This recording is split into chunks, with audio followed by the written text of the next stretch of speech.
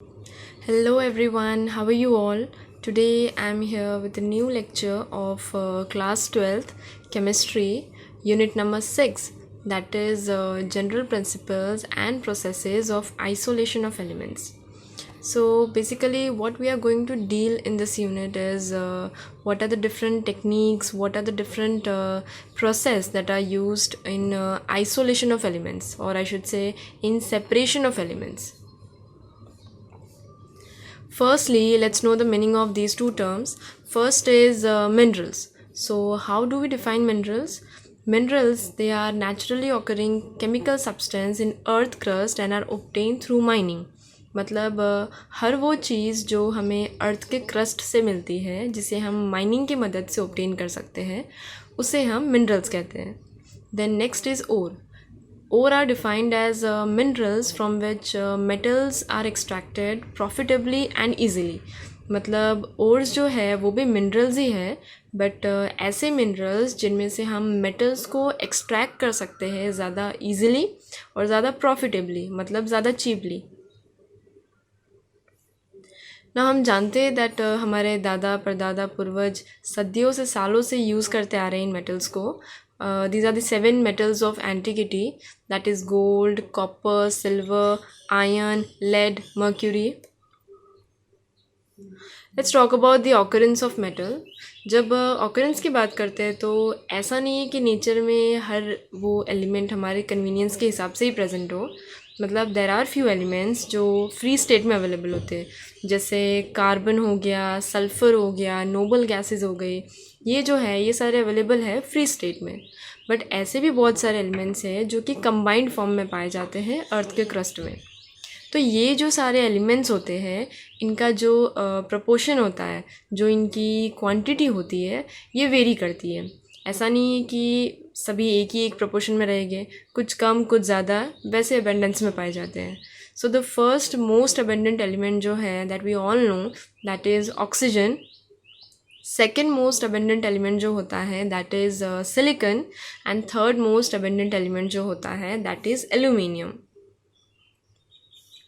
Now specifically अगर हम metals की बात करें तो अमंग मेटल्स एल्यूमिनियम ऐसा है जो सबसे ज़्यादा पाया जाता है. I mean aluminium is the most abundant and iron is the second one. Now this is a small table which is given in your textbook that shows principal ores of some important metals. इनमें metals दिए गए हैं, उनके ores है with their composition.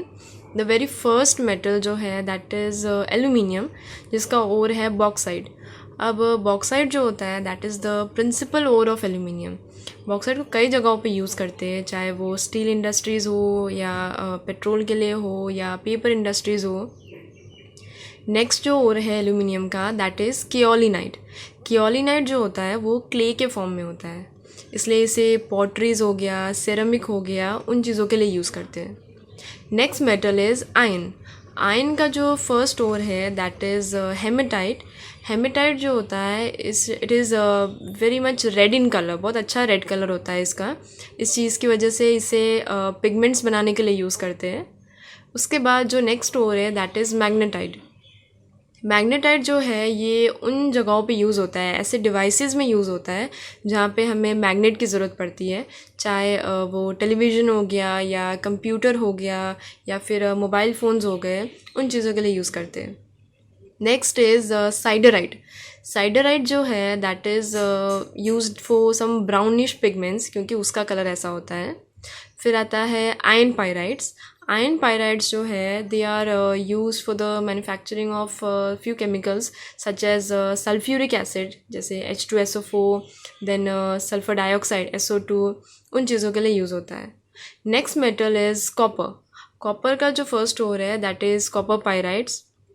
Copper pyrites हो गया, इससे भी काफ़ी due to its copper property, इसके अंदर कंडक्टिविटी प्रॉपर्टी होती है, इसकी वजह से इसे बैटरीज़ में हो गया और काफ़ी इंडस्ट्रीज़ में यूज़ करते हैं. नेक्स्ट जो है दैट इज़ मैलेचाइट. मैलेचाइट जो होता है वो एक बहुत ही अच्छे ग्रीन कलर का होता है. आप लोगों ने कई बार देखा होगा दैट कुछ लोग हाथ में रिंग पहनते हैं, गले में कुछ पहनते हैं, कुछ स्टोन्स एंड ऑल, तो मैलेचाइट भी as a gem stone use होता है।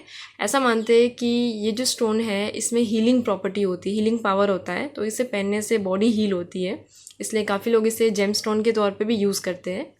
Next is cuprite, then copper glance. अब ये सारे क्योंकि कॉपर के हो रहे हैं तो इनमें कंडक्टिविटी प्रॉपर्टी होती है, इसलिए they are use for wiring हो गया, पाइप्स हो गए, देन अलग अलग टूल्स बनाने के लिए, उन सब चीज़ों के लिए यूज़ करते हैं।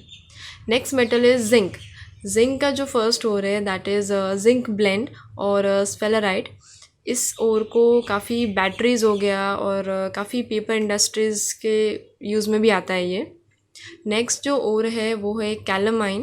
कैलामाइन जो है आप लोगों ने भी देखा होगा शायद कि कई जो बॉडी लोशंस होते हैं उनके अंदर इसे यूज़ करते हैं, क्योंकि इसके अंदर स्किन बेनिफिशियल प्रॉपर्टी होती है। ये काफ़ी बॉडी लोशंस में यूज़ होता है और भी काफ़ी ऑइंटमेंट्स होते हैं और ऐसी कुछ जो स्किन रिलेटेड प्रॉब्लम्स होती है उनमें यूज़ होता है। नेक्स्ट जो लास्ट ओर है दैट इज़ जिंसाइड। ये भी जो है इसमें भी स्किन को हील करने की प्रॉपर्टी होती है, इसलिए चाहे लोशंस हो गया या ऑइंटमेंट हो गए या फिर वो रैशेस के लिए कई बार जो हम प्रोडक्ट्स यूज़ करते हैं उन चीज़ों में इनका यूज़ होता है। Now let's talk about metallurgy. What is metallurgy?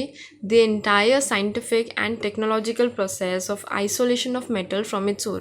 मतलब जो मिनरल है, मिनरल के निकलने से लेके हमारे यूज़ में आने तक का जो ये पूरा प्रोसेस होता है, जो पूरा जर्नी होता है, इस पूरे सफ़र को कहते हैं metallurgy. Now extraction and isolation of metal from ores. अब ओर्स में ऐसा रेयरली कभी होगा कि सिर्फ वही एक कंपोनेंट प्रेजेंट हो जो हमें रिक्वायर्ड हो, राइट? ऐसा तो होता नहीं, उसमें बहुत सारा कंटेमिनेशन होता है, बहुत सारी इम्प्योरिटीज़ होती है, बहुत सारा अनडिज़ायर्ड मटेरियल होता है। तो ये जो सारा अनवांटेड पार्ट होता है इसे कहते हैं गैंग, दैट इज़ GANGUE। कुछ लोग इसे गंगू भी कहते हैं, just to remember. Let's see what are the steps that are involved in extraction and isolation. The very first step is concentration of ores, जिसे dressing भी कहा जाता है, जिसे benefaction भी कहा जाता है. Second step is isolation of metal from its concentrated ore, and third step है purification of metals. Now ये जो 3 steps है ये involved होते हैं extraction और isolation के लिए. Now this lecture it is just an overview and introductory part कि हम क्या डिस्कस करने वाले हैं इस यूनिट में.